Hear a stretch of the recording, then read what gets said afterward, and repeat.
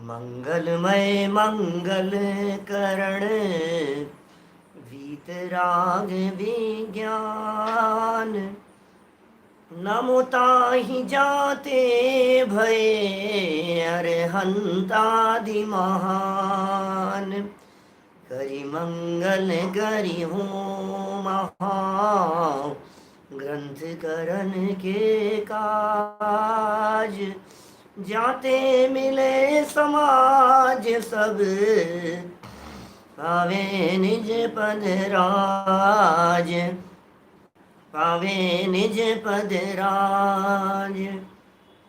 सो निज भाव सदा सुखद अपनों करो प्रकाश। जो बहुविध भव दुख निको करी है सत्तानाश। करी है सत्तानाश।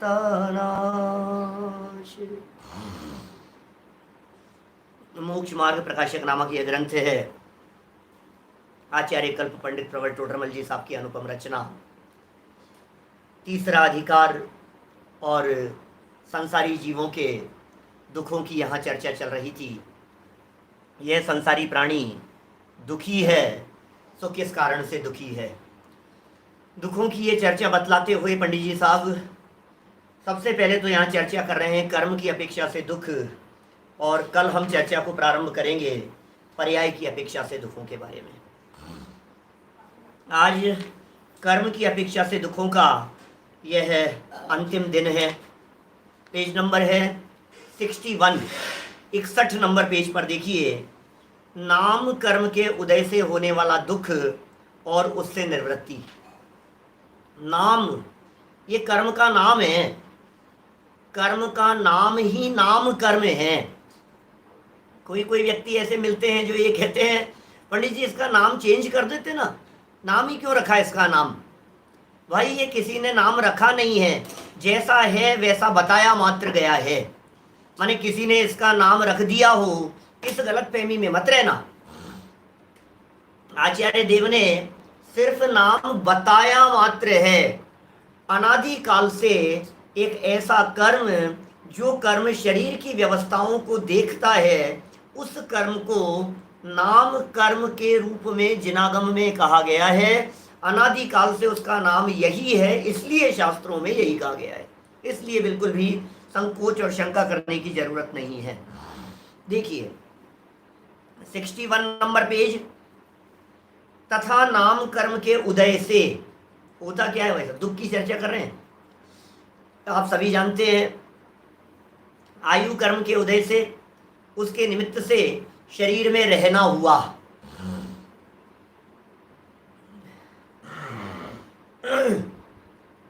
शरीर में ये जीव कितने समय तक रहेगा, ये डिपेंड करता है आयु कर्म के ऊपर। लेकिन शरीर कौन सा मिले? अभी आयु कर्म तो बंधा है पिछले भाव में, हम चर्चा कर चुके हैं। एक जीव जिस जगह पर वर्तमान में मौजूद है, उसकी तो वर्तमान आयु को भोग रहा है, लेकिन दूसरी जगह पर जाने के पहले पहले वो आयु यहीं से बांध करके ले जाएगा। माने दो प्रकार की आयु किसी भी जीव के साथ में हो सकती है। एक को कहते हैं बद्धमान आयु और दूसरे को कहते हैं भुज्यमान आयु। जिसे हम भुगत रहे हैं ये है भुज्यमान, भुगती जा रही है। और एक जो हमने बांध ली है अभी पैकेट बंद, अगले जन्म के लिए, वो भी पैकेट बंद ही रहेगा। वो पैकेट कब खुलेगा? जब ये वाला पैकेट पूरा खत्म हो जाएगा। मनुष्य आयु जब पूरी खत्म हो जाएगी तो वो नया पैकेट शुरू होगा अगले जन्म में, विग्रह गति के पहले समय से ही। नया शब्द कह दिया मैंने, विग्रह गति। विग्रह गति क्या होता है? एक जीवन पूरा हो जाने के बाद दूसरी जगह पर पहुंचने के पहले जो रास्ते का काल है उसे कहते हैं विग्रह गति का काल। यहां मर गया, मनुष्य गति में ये जीव मर गया, तिर्यंच गति में किसी जगह पर जाकर के जन्म लेना है। जहां जन्म लेना है वहां तक पहुंचने के लिए जो रास्ते का टाइम पीरियड है, रास्ते में जो अवस्था है, वो कहलाएगी विग्रह गति, विग्रह गति की अवस्था। अभी विग्रह गति पूर्वक, विग्रह गति का पहला समय माने ये पूरा हो गया, और अगला समय बोले अगली आयु शुरू हो गई यहीं से। तो अगली आयु शुरू हो गई तो बांधी कब थी? बांधी तो इसी जीवन में है हमने। तो आयु कर्म तो बांध लिया, अब इस आयु कर्म के अनुसार ये पहुंच जाएगा उस आयु में, उस भव में पहुंच जाएगा। भव का निमित्त है आयु कर्म। लेकिन वहां पहुंचने के बाद में शरीर कैसा होगा, शरीर की संरचना किस प्रकार की होगी? तो शास्त्रों में कहा है उस शरीर की संरचना का नियामक, संरचना को निर्माण करने वाला, शरीर की संरचना कैसी हो इस व्यवस्था को देखने वाला एक कर्म है। उस कर्म का नाम है नाम कर्म। अब ये नाम कर्म इस जीव के दुख में निमित्त कैसे बनता है, उस चर्चा को देखिए। 61 नंबर पेज, अंतिम लाइन है। तथा नाम कर्म के उदय से गति, जाति, शरीर आदि उत्पन्न होते हैं। मनुष्य गति, तिर्यंच गति, नरक गति, देव गति। आपको पिछले कई दिनों में यह बात बतलाई जा चुकी है कि गति नाम कर्म का भेद है और आयु नाम का कर्म बिल्कुल सेपरेट, अलग ही है ना। तो मनुष्य गति कर्म, तिर्यंच गति कर्म, तो बोले नाम कर्म का एक भेद है, मनुष्य गति तिर्यंच गति रूप से।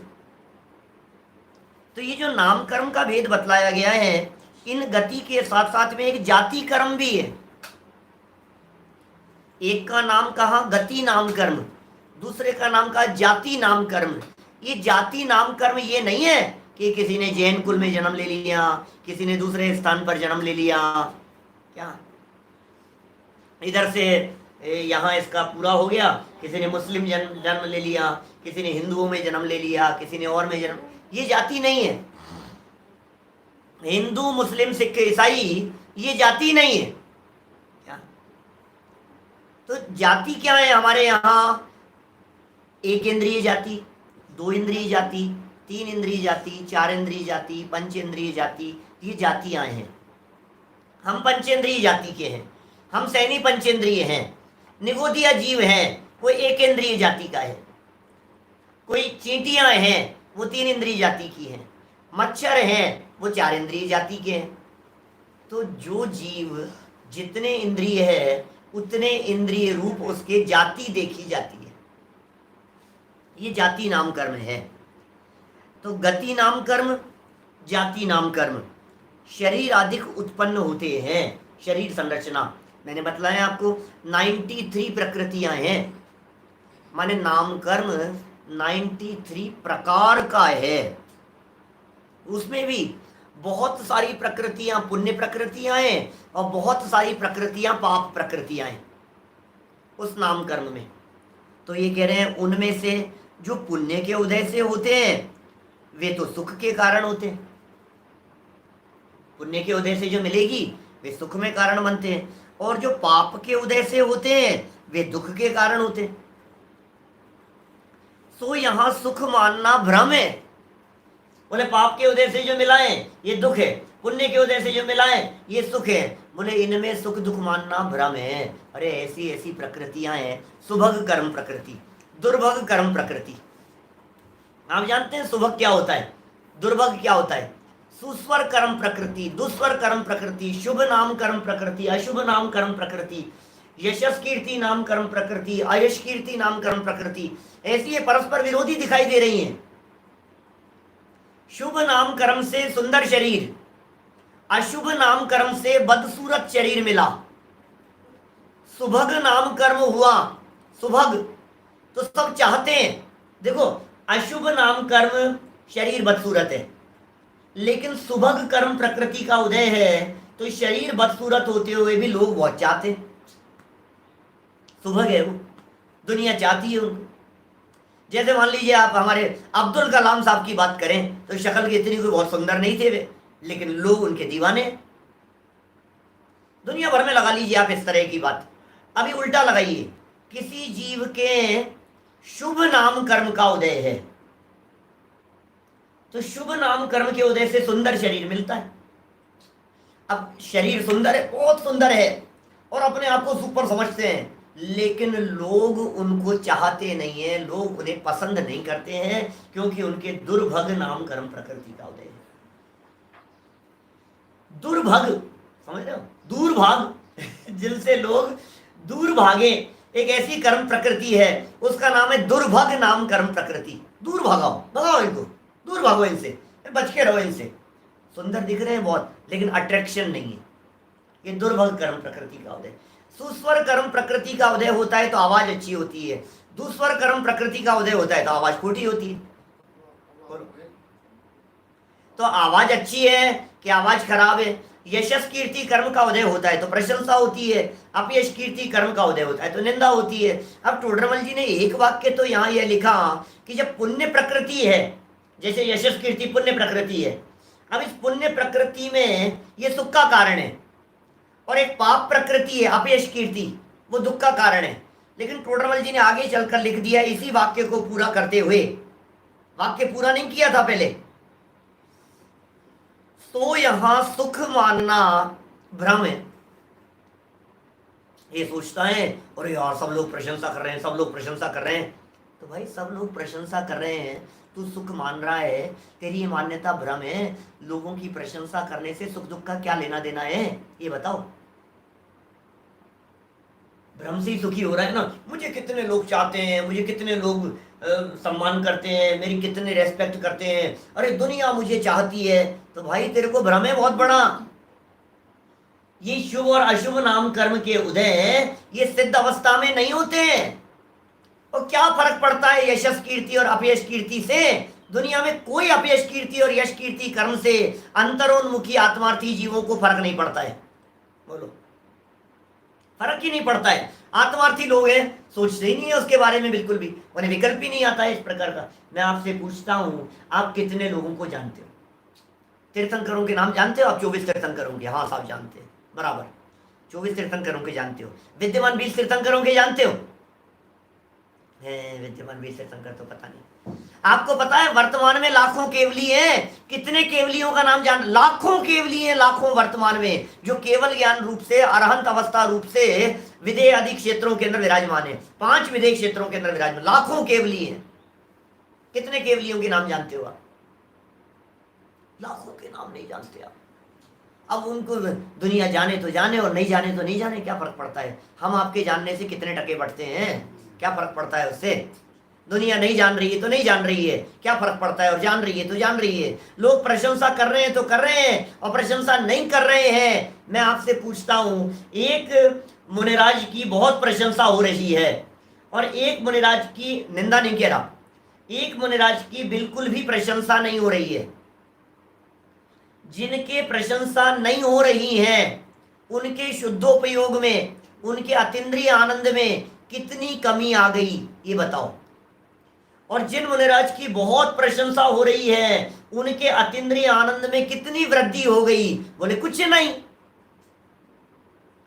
इसका मतलब आत्मिक सुख, आत्मीय आनंद में इस आपके प्रशंसा और निंदा के परिणामों से ना तो कमी आती है और ना वृद्धि होती है। इसलिए टोडरमल जी कह रहे हैं इनमें सुख मानना सो भ्रम है, गलत फहमी से मान रहा है, भ्रम है।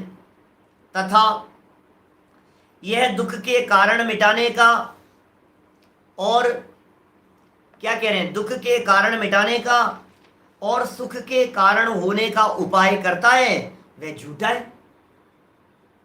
अब टोडरमल सच्चा उपाय तो सम्यक दर्शनादि के। तूने जितने भी उपाय किए दुख मिटाने के लिए, क्या उपाय किए? तूने सब, निंदा हो रही थी हमारी, बहुत ज्यादा निंदा हो रही थी, अपमान हो रहा था, तो तुझे दुखी हुआ। अब इसको, दुख को दूर करने का उपाय क्या करेगा? लोग सम्मान करें तो मैं सुखी हो जाऊंगा। अशुभ नाम कर्म के उदय से शरीर बदसूरत हुआ तो ये दुखी हुआ। अब ये सोचता है कि मैं सुंदर दिखने के लिए कोई क्रीम लगाऊं, पाउडर लगाऊं, ये लगाऊं, वो लगाऊं, लीपापोती करूं अपने शरीर के ऊपर, तो मैं सुखी हो जाऊंगा। बोलो, अब यदि ये व्यक्ति सोच रहा है कि मैं शरीर की सुंदरता से सुखी हो जाऊंगा, तो शरीर की सुंदरता के लिए दुनिया भर के प्रयत्न करता है, हिंसक साधनों का प्रयोग करता है, दुनिया भर से वस्तुओं को इकट्ठा करता है, भक्ष्य अभक्ष्य दवाइयां खाता है, औषधियां खाता है, हिंसक साधनों का प्रसाधनों का उपयोग करके शारीरिक सुंदरता की कोशिश करता है। लेकिन ये कह रहे हैं भाई तेरा ये उपाय झूठा है, क्योंकि सुखी होने के लिए, सुंदर दिखने के लिए तूने जो ऊपर से लिपापोती की है, अंदर में जब तक शुभ नाम कर्म का उदय नहीं आएगा तब तक शरीर सुंदर नहीं होगा। ये कहता है लोग मुझे चाहें, लोग मुझे चाहें, लोग मुझे पसंद करें, इसके लिए दिन रात एक कर रहा है। ये कह रहे हैं भाई तेरी इच्छा के ऊपर निर्भर नहीं करता है, ये तो नाम कर्म के उदय के ऊपर निर्भर करता है। तो तेरे द्वारा किए गए जितने भी प्रयास हैं, जितने भी उपाय हैं, वे सारे के सारे उपाय झूठे हैं। तूने बहुत प्रयास किए, तूने बहुत उपाय किए, लेकिन सारे उपाय झूठे हो गए ना। इन उपायों से कुछ काम तो नहीं हुआ। इन उपायों से क्या प्रयोजन की सिद्धि होगी? तो कुछ भी नहीं, सब झूठा सिद्ध हो गया। तो बोले सच्चा उपाय क्या है? सम्यक दर्शन आदि सच्चे उपाय। सम्यक दर्शन कर, शरीर मेरा नहीं है, दुनिया की प्रशंसा से मुझ में कुछ वृद्धि नहीं होती, दुनिया के द्वारा निंदा किए जाने से मुझ में कुछ कमी नहीं होती, शरीर की सुंदरता और बदसूरती से मुझे रंच मात्र भी फर्क नहीं पड़ता, क्योंकि मेरा सौंदर्य तो चैतन्य है, मेरा सौंदर्य तो ज्ञान है, मैं तो अपने स्वरूप से सुंदर हूं। शरीर की सुंदरता तो पड़ोसी की सुंदरता है, और सुंदरता और बदसूरती भी तेरे उपयोग पर निर्भर करती है। किसको सुंदर मान रहा है, किसको बदसूरत मान रहा है? कलर काला हो और सुंदर बहुत हो, बोलो। मैं आपसे पूछता हूं, साउथ इंडियन लोगों में या साउथ अफ्रीका के लोगों में क्या सुंदरता नहीं होती है? कलर तो काला होता है। साउथ अफ्रीका के लोग सुंदर नहीं होते, वो अपन तो कह दो नहीं होते, तो आप ये कहेंगे अमेरिका के सारे लोग सुंदर ही होते होंगे, इंग्लैंड के सारे लोग सुंदर ही होते होंगे।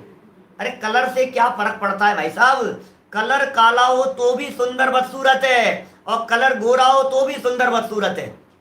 तो ये सुंदरता और बदसूरती तो आपकी निगाह पर निर्भर करती है। किसी को क्या चीज सुंदर नजर आ रही है और किसी को लगता है कि ये चीज कितनी खराब है। तो जिस प्रकार की बातें हैं, टोडरमल जी का अगला वाक्य, जैसा निरूपण वेदनीय का कथन करते हुए किया वैसा यहां भी जानना। वेदनीय में क्या लगाया था? वस्तु एक है, किसी को अच्छी लग रही है, किसी को खराब लग रही है। ऐसे ही नामकर्म के अंदर भी लगाना, शरीर एक है, किसी को सुंदर लग रहा है, किसी को बदसूरत लग रहा है। उसी तरह के शरीर आकार, उसी तरह की हाइट, जैसे मान लीजिए एक व्यक्ति की 5 फीट 11 इंच की हाइट है, 6 फीट 2 इंच की हाइट है। अब बहुत हाइट हो गई 6 फीट 2 इंच की। अब एक व्यक्ति को 6 फीट 2 इंच की हाइट खराब लग रही है, और दूसरे व्यक्ति को 6 फीट 2 इंच की हाइट अच्छी लग रही है। दोनों की हाइट सेम है, नामकरण सेम है उनका हाइट की अपेक्षा से। तो एक यह कहता है यार जहां जाता हूं वहां सर टकरा जाता है, जहां जाता हूं वहां तो खोपड़ी फूट जाती है, गर्दन झुका करके खड़े रहना पड़ता है, बहुत तकलीफ है। दूसरा ये कहता है भाई साहब हाइट का बहुत आराम है, किसी चीज पर चढ़ने की जरूरत नहीं होती, टांड पर रखी हुई चीज ऐसे ही उतार लेते हैं। बिजली का बल्ब बदलना हो हमारे को, तो बल्ब बदलने के लिए चेयर पर नहीं चढ़ना पड़ता, ऐसे ही खड़े खड़े हम बल्ब बदल देते हैं। बहुत आराम है भाई साहब हाइट के। तो किसी को वही अच्छा लग रहा है, किसी को वही खराब लग रहा है। ये नाम कर्म के संदर्भ में कह रहे हैं टोडरमल जी साहब यहाँ। बोले जैसा वेदनीय में निरूपण किया था ना, वैसा ही यहां समझ लेना। सेम कलर के दो व्यक्ति हैं, बॉडी कलर, यद्यपि सेम होता नहीं है, क्योंकि हमने कहा था नाम कर्म चित्रकार के समान है। देखो हमारे सामने एक सज्जन लिख रहे हैं यहाँ पर, संजय जी, बोले मेरी हाइट 6'3" है। अब बोलो कितनी हाइट है? 6 फीट 3 इंच हाइट।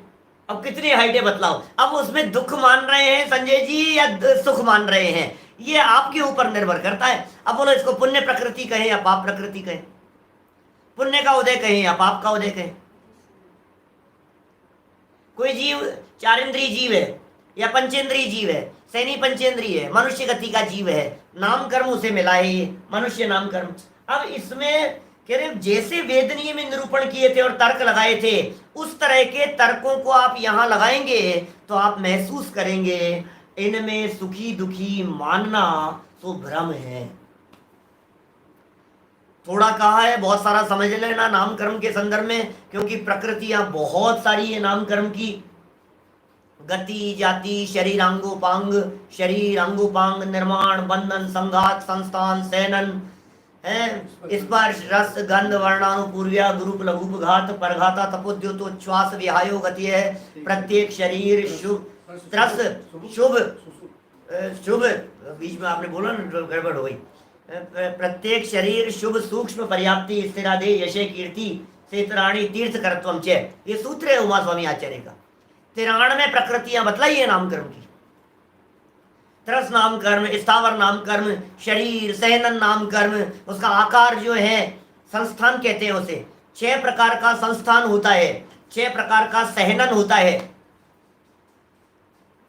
तो ये सब अलग अलग प्रकार के नाम कर्म हैं और उनमें सुख दुख मानना भ्रम है। देखिए, वेदनीय और नाम में सुख दुख के कारण पने की समानता से निरूपण की समानता जानना, कारण पने की समानता से निरूपण की समानता जान लेना चाहिए। दोनों के एक जैसे कारण से दिखाई देते हैं, दोनों के लिए सुखी होने के लिए व्यक्ति एक जैसे प्रयास करता हुआ सा दिखाई देता है। जैसे प्रयास वेदनीय में कर रहा था, उसी तरह के प्रयास नाम कर्म के अंदर करता हुआ दिखाई देता है। जिस तरह के कारण वेदनीय में दिख रहे थे, उसी तरह के फर्क तो है, क्योंकि वेदनीय कर्म तो संयोगों में फलित होता हुआ दिखाई दे रहा है, संयोग रूप से, और नाम कर्म शरीर रूप से। एक तरफ है शरीर और दूसरी तरफ है शरीर को हेतुभूत। तो शरीर के निमित्त भूत की बात कही थी तो कहा था वेदनीय, भाई शरीर की उष्णता के हेतुभूत, शरीर के शीत के हेतुभूत, शरीर में बीमारी के हेतुभूत, बोले उष्ण शरीर, ये जो बातें कही थी ना रोग आदि की, वो सब तो वेदनीय में कही थी। आपको ध्यान होगा वेदनीय में 3 बातें कही गई थी।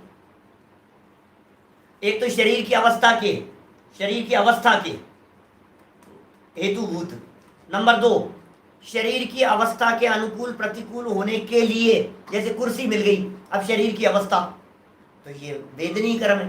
कुर्सी कैसी है, बोले पीछे कैसा है, आसन किस तरह का है, बैठने में कैसा महसूस हो रहा है, शरीर की अवस्था के लिए है ना, ये तो वेदनीय है। अब एक ऐसे जिनका शरीर से कुछ संबंध ही नहीं है, पृथक संयोग है, घर है मकान है, अब उसका शरीर की अवस्था से कुछ लेना देना नहीं। तो इस तरह से वेदनीय में 3 बातें कही थी, यहां नाम कर्म में सिर्फ शरीर की बात लगाना, वेदनीय में संयोग की बात और नाम कर्म में शरीर की बात। तो इस तरह से ये जीव कुल मिलाकर के दुखी है जी, नाम कर्म के उदय से भी। करना तो कुछ चाहता है और होता कुछ है और इसकी इच्छा चलती नहीं है, इसका उसमें नेतृत्व चलता नहीं है। दांत कैसे होंगे, आंखें कैसी होंगी, कान कैसे होंगे, एक निर्माण नाम कर्म है क्या, ये कैसे भाव से कैसा कर्म बनता है, ये मेरे कर्म सिद्धांत के ऊपर प्रवचन है, उनमें देखना नाम कर्म के बंधन के कारण बतलाए हैं, उमा स्वामी आचार्य ने बतलाए तत्वार्थ सूत्र में। नाम कर्म के बंधन के कारण, कर्मों के बंधन के कारण क्या क्या हैं, ये कर्म सिद्धांत पर मेरे जो प्रवचन है वो तत्वार्थ सूत्र 6ठे अध्याय को बेस बना करके किए हैं, उसमें बंधन के कारण बतलाए हैं। गोत्र कर्म के बंधन के कारण, ज्ञानावरण दर्शनावरण कर्म के बंधन के कारण। अभी अपना यहाँ यह प्रकरण नहीं है, इसलिए यहाँ मैं चर्चा नहीं कर पाऊंगा, लेकिन जैसे तत्प्रदोष निन्नह मात्सर्यांतराया साधनोपघाता ज्ञान दर्शनावरण योग, ज्ञानावरण दर्शनावरण कर्म के बंधन के कारण कह दिए। फिर साता और असाता के संदर्भ में चर्चा कह दी, जैसे समझ लो साता असाता नहीं, साता और असाता कर्म के अलग अलग बंधन के कारण बतला दिए। ऐसे ऐसे कर्म के बंधन के कारण बतलाए, जैसे आप समझिए, आप योग वक्रता विसंवादनम चा शुभस्य नाम है तद विपरीतम शुभस्य, ये शुभ शुभ नाम कर्म के हेतु बतला दिए। परात्म निंदा प्रशंसे सत सद्गुणोच्चादनो भावने चे नीचेर गोत्र से, तो ये नीच गोत्र कर्म के आश्रम के कारण बतला दिए, है ना। इसी तरह से कषायोदया तीव्र परिणाम चारित्र मोह से, कषाय के उदय से जो तीव्र परिणाम है उससे चारित्र मोहनी कर्म का बंधन होता है, इसी तरह से समझ लीजिए आप, दर्शन मोहनी के कारण बतलाए, केवली श्रुत संग धर्म देवा वर्णवादो, दर्शन मोह से, वो दर्शन मोहनी कर्म के आश्रम के कारण बतला दिए। इसी तरह से वेदनी का बड़ा गजब का है चक्कर। बोले वेदनी में कहते हैं दुख शोक तापा क्रंदन वध परिदेवनान्यात्म परोभय स्थानान्य असद्वेद्यस्य। दुख शोक ताप आक्रंदन वध परिदेवन, बोले दुखी होना असाता बन रही है, दुखी करना और दुखी होना दोनों से असाता कर्म बन रही है। ये व्यक्ति ये कह रहे हैं कि मैं किसी को दुख नहीं दे रहा, लेकिन भाई तू खुद दुखी हो रहा है, उससे भी असाता वेदनी कर्म बन रहा है। तो बहुत सारे कर्मों के कारण है। मैंने सूत्र आपको यहाँ बोल करके बतलाए हैं।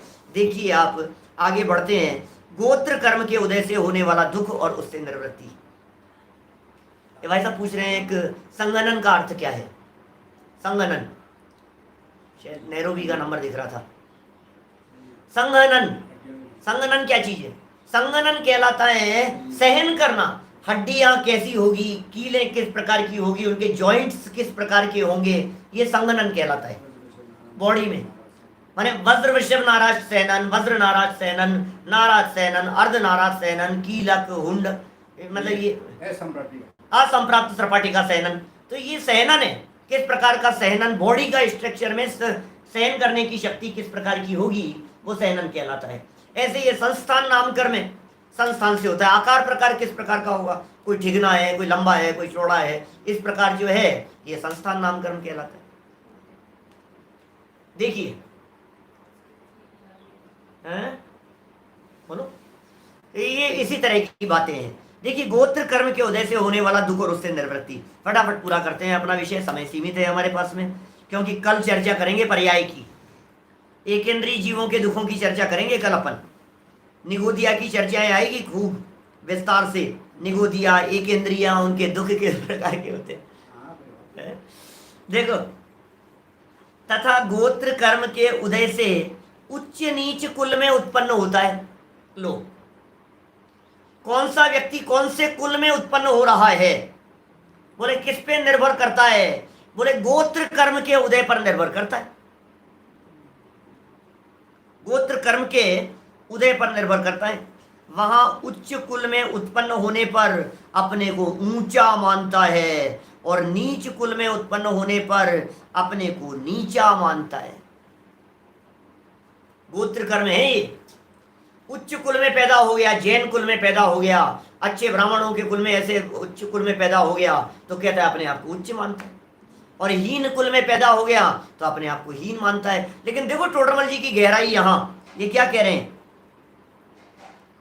वहां कुल पलटने का उपाय तो इसको भाषित नहीं होता। अब कुल तो कैसे पलटेगा, वो उपाय क्या होगा भाई, परात्म निंदा प्रशंसे सत सद्गुणोच्चादनो भावने से नीचे गोत्र से, दूसरों की निंदा और अपनी प्रशंसा के भावों से नीच गोत्र कर्म बनता है। समझ में आ रही है बात? निंदा करने, वो बेकार है, वो बेकार है, उनकी वाइफ बहुत खराब है, उनके बच्चे बहुत खराब हैं, उनका बेटा तो इतना ढीठ है, नालायक है। ये जो आप सोच रहे हो दूसरे के बच्चे के बारे में, तो दूसरे का तो कुछ नहीं किया आपने दूसरे की निंदा करके, लेकिन अपने स्वयं का नीच गोत्र कर्म आपने बांध लिया। तो नीच गोत्र कर्म कैसे बंधता है, उच्च गोत्र कर्म कैसे बंधता है, ये कह रहे हैं उनके कारण और उनके उपायों को तो पहचानता नहीं है। और जो प्राप्त हो गया है, देखो मैं पेज थोड़ा सा नीचे रह गया शास्त्र, देखो पढ़ के बतलाता हूं वापस। पहली लाइन से देखो, वहां उच्च कुल में उत्पन्न होने पर अपने को ऊंचा मानता है, नीच कुल में उत्पन्न होने पर अपने को नीचा मानता है। वहां कुल पलटने का उपाय तो इसको भाषित नहीं होता, इसलिए जैसा कुल प्राप्त किया उसी में अपनापन मानता है। अब जैसे कुल में जन्म ले लिया बस उसमें अपनापन मान रहा है। टोडरमल जी ये कहना चाह रहे हैं यहाँ, यही प्रकरण टोडरमल जी ने आगे कुल अपेक्षा धर्म धारक व्यवहाराभासी के प्रकरण में भी लिया। उच्च कुल में जन्म लेकर के नीच कार्य करे, देखो अगला वाक्य, परंतु कुल की अपेक्षा ऊंचा नीचा मानना भ्रम है। उच्च कुल में पैदा हो गया, अपने आप को ऊंचा मान रहा है, मान समझ रहा है जैसे मैं ही सब कुछ हूं। अरे तुम्हें पता है मैं कौन से कुल में मैंने जन्म, अरे लिया होगा तूने, जिनके कुलों में जन्म लिया था वे तो बहुत महान थे। तूने जिस कुल में जन्म लिया है उस कुल के अंदर तो मद्य मांस मधु का सेवन नहीं किया जाता, सदाचार का पालन किया जाता है। लेकिन तू कितना सदाचार का पालन कर रहा है ये तो बता। माने कुल में जन्म लेने मात्र से कोई उच्च नहीं हो जाता। ये टोडरमल जी कह रहे हैं यहां, कुल अपेक्षा, परंतु कुल की अपेक्षा ऊंचा नीचा मानना भ्रम है। भ्रम है ये, मानना भ्रम है। देखो उदय उच्च कुल का चल रहा है, उच्च कुल में पैदा हो गया, अब ये कह रहे हैं काम नीचा करे। कोई उच्च कुल वाला निंद कार्य करे तो वे नीचा हो जाए, और नीच कुल में कोई श्लाघ्य कार्य करे, उत्कृष्ट कार्य करे तो वह ऊंचा हो जाए। इसका मतलब ये हो गया नीच कुल में जन्म लेकर के भी कोई व्यक्ति यदि उच्च कार्य कर रहा है तो वो उच्च हो जाएगा, और उच्च कुल में जन्म लेकर के भी कोई व्यक्ति नीचा कार्य कर रहा है तो नीच हो जाएगा। कुल मिलाकर के ऊंचा नीचा पना होना ये तो तेरे वर्तमान परिणामों पर निर्भर कर रहा है भाई, क्रियाओं पर निर्भर कर रहा है, तेरे काम पर निर्भर कर रहा है। ये सज्जन व्यक्ति है, ये दुर्जन है, अच्छे कुल में जन्म लिया, चोरी कर रहा है, काम तो चोरी करने के, काम तो भक्ष्य अभक्ष्य का विचार नहीं करके कुछ भी खान पान करता है, शराब पीता है, सिगरेट पीता है, गुटखा खाता है। अब अच्छे कुल में जन्म लिया और अच्छे कुल में जन्म लेकर के ऐसे खोटे काम कर रहा है, खोटा कार्य कर रहा है, तो छोड़ दे। हम जितने लोग मुझे सुन रहे हैं मैं उम्मीद करता हूं कि इनमें से कोई भी व्यक्ति शराब नहीं पीता होगा, कोई भी व्यक्ति सिगरेट नहीं पीता होगा, कोई व्यक्ति गुटखा नहीं खाता होगा, कोई व्यक्ति, जो व्यक्ति करते हो कदाचित कभी कर लिया हो तो छोड़ देना। क्या तिर्यंच आदि गतियों के तो नीच गोत्र कर्म का ही उदय है। तिर्यंच गति में बेचारे क्या करें, नरक गति में तो नीच गोत्र कर्म का ही उदय है, और देव गति के जीवों के उच्च गोत्र कर्म का ही उदय। सुनो, नीच और उच्च गोत्र कर्म का उदय, पॉइंट नंबर 1। सेकंड पॉइंट, नीच और उच्च गोत्र कर्म का बंध अलग अलग चीजें हैं। नीच गोत्र कर्म का उदय और नीच गोत्र कर्म का बंध, उच्च गोत्र कर्म का उदय और उच्च गोत्र कर्म का बंध, ये दोनों अलग अलग तरह की चीजें हैं। अभी वर्तमान में उदय तो चल रहा है इस जीव के उच्च गोत्र का, क्योंकि मनुष्य गति में आया है ना ये, और मनुष्य गति में भी अच्छे कुल में जन्म लिया है। देखिए जीवन पर्यंत कुल तो बदलता नहीं है, ध्यान दीजिएगा। जैसे किसी जीव ने तिर्यंच गति में जन्म लिया, कंसेप्ट समझना, किसी जीव ने तिर्यंच गति में जन्म लिया तो उसके लाइफ टाइम नीच गोत्र कर्म का ही उदय है। किसी ने नरक में जन्म लिया, क्या किसी ने नरक में जन्म लिया तो लाइफ टाइम उसके नीच गोत्र कर्म का ही उदय है बेचारे के। किसी ने देव गति में जन्म लिया तो देव गति में जन्म लेकर के उसके निरंतर उच्च गोत्र कर्म का ही उदय है। अब बंधन की अपेक्षा से बात करो तो बंधन तो निरंतर प्रति समय नीच गोत्र और उच्च गोत्र, नीच गोत्र उच्च गोत्र, नीच गोत्र उच्च गोत्र, ऐसे बदल करके बंधन होता रहता है। बंधन बदल बदल करके हो रहा है, उदय एक का चल रहा है, लाइफ टाइम के लिए एक का चल रहा है। अभी मनुष्य गति के जीवों की स्थिति थोड़ी सी अलग है। मनुष्य गति के जीवों में पंचम गुणस्थान तक के जीवों के नीच और उच्च गोत्र का उदय देखा जाता है, और पंचम गुणस्थान से ऊपर उसे उच्च गोत्री कह दिया जाता है मुनिराजों को, वो उच्च गोत्र वाले। इसलिए एक प्रकरण ऐसा भी आता है कि जिनके नीच गोत्र कर्म का उदय है, क्योंकि गोत्र कर्म का बदलना कठिन काम है, बदलता नहीं है, ये सामान्य कथन है, बदलता नहीं है। अभी जब गोत्र कर्म बदलता नहीं है तो किसी ने नीच गोत्र कर्म में जन्म लिया हो, मान लो नीच कुल में जन्म लिया हो, धीवरों के कुल में जन्म लिया हो, चांडालों के कुल में जन्म लिया हो, ऐसे खोटे कुल में जिन्होंने जन्म लिया। अब यदि चूंकि उनके तो नीच गोत्र कर्म का उदय, तो नीच गोत्र कर्म वाले क्या वे दीक्षा ले लेंगे तो उनके गोत्र बदल जाएगा, उच्च गोत्र हो जाएगा उनका, क्योंकि छठा सातवां गुणस्थान हो जाएगा। छठे सातवें गुणस्थान में तो उच्च गोत्र कहा है। तो सुनो, हीन कुल में जन्म लेने वालों के पंचम गुण स्थान से ऊपर के परिणाम ही नहीं होते। क्या समझ में आ रही है बात? माने जिन्होंने हीन कुल में जन्म लिया है ना, उनको मुक्ति नहीं होती, उनको दीक्षा लेने का भाव नहीं आता, उनका पंचम गुण स्थान से ऊपर नहीं होता। क्या अभी कह रहे हैं उच्च गोत्र वाले ने नीच गोत्र वाले के साथ में शादी की, क्या उच्च गोत्र वाले ने नीच के साथ में, नीच गोत्र वाले ने उच्च गोत्र वाले के साथ में। अभी इसमें भी कई तरह की बातें हैं। जैसे मान लीजिए चक्रवर्ती की 32,000 पत्नियां म्लेच्छ खंड से आती। अब 32,000 पत्नियां म्लेच्छ खंड से आई। अब उन म्लेच्छ खंड में नीच गोत्र नामकरण का उदय है, म्लेच्छ है ना वो जीव। अब वो चक्रवर्ती के घर में आई तो गोत्र बदलेगा कि नहीं?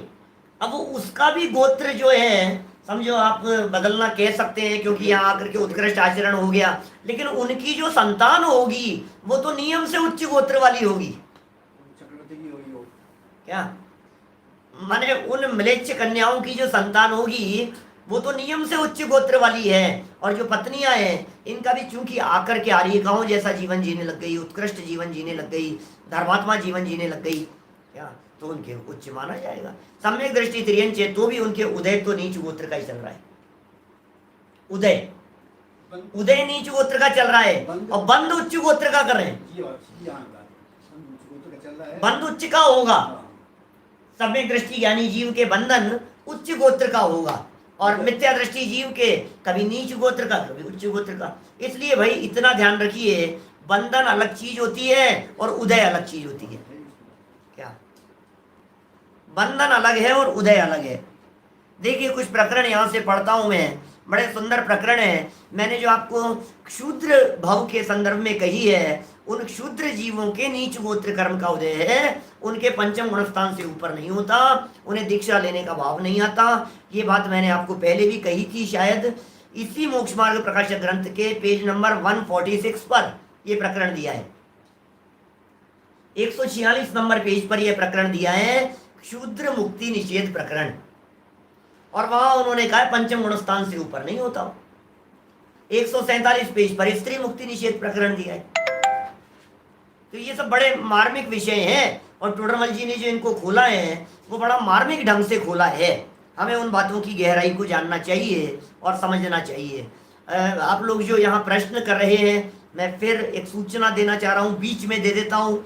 यहाँ प्रश्न करने से हमारा भी ध्यान विचलित होता है, और हमारे जो विद्वान जवाब दे रहे हैं उनका भी थोड़ा डिस्टर्बेंस होता है।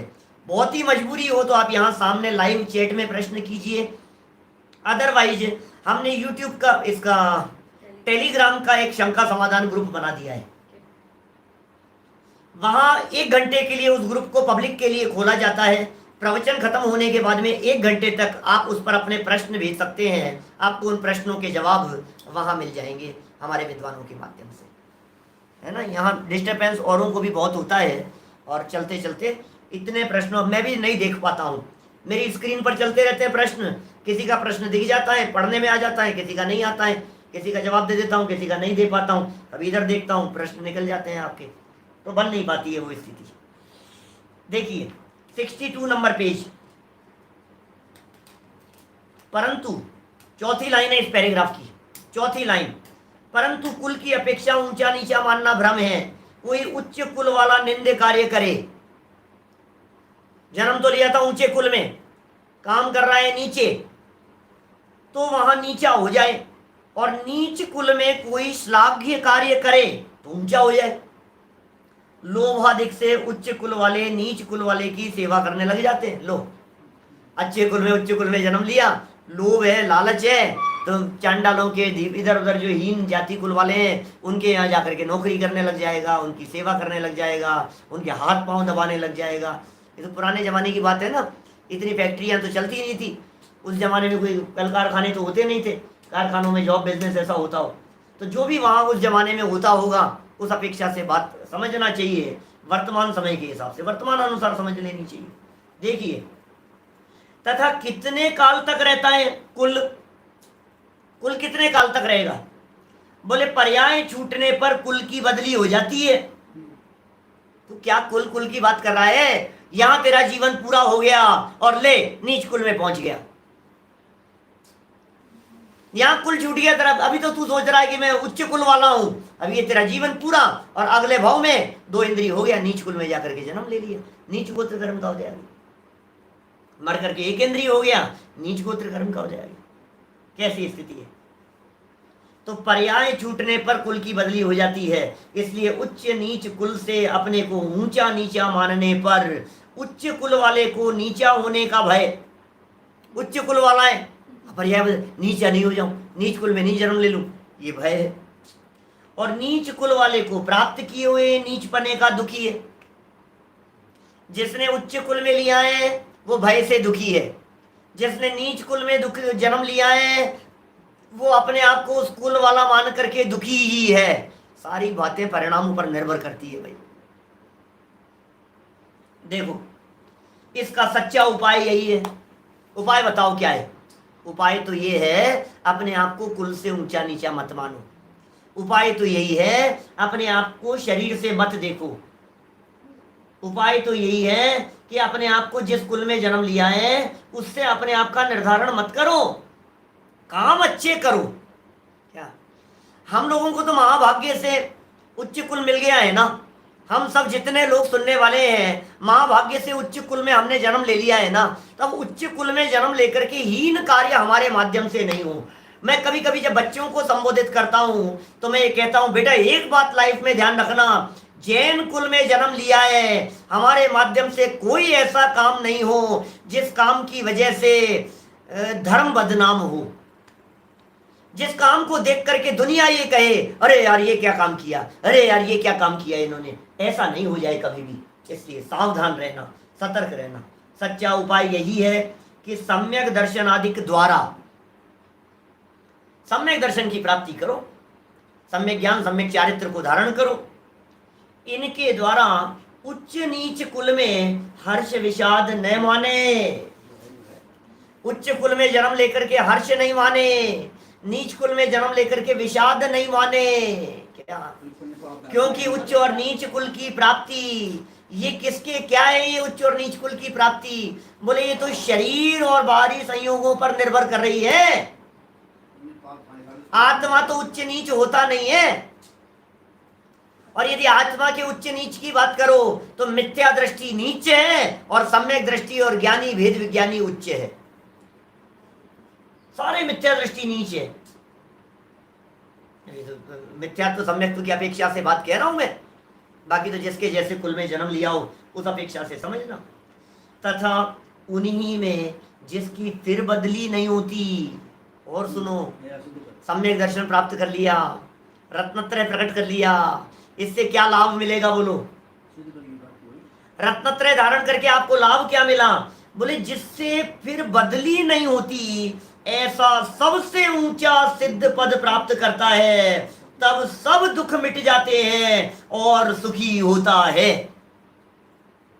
सिद्ध पद की प्राप्ति का उपाय करो भैया, सिद्ध पद की प्राप्ति का उपाय करो, सर्वोच्च पद की प्राप्ति का उपाय करो। ये कुल तुम्हारी इच्छा के अनुसार नहीं होते। चाहे हुए कुल में जन्म नहीं लेता है। मैं चाह करके उच्च कुल में जन्म ले लूं, मैं चाह करके नीच कुल, नीच तो कौन चाहेगा, लेकिन नीच कुल को बदल नहीं सकता और इच्छा के अनुसार उच्च कुल में जन्म ले नहीं सकता।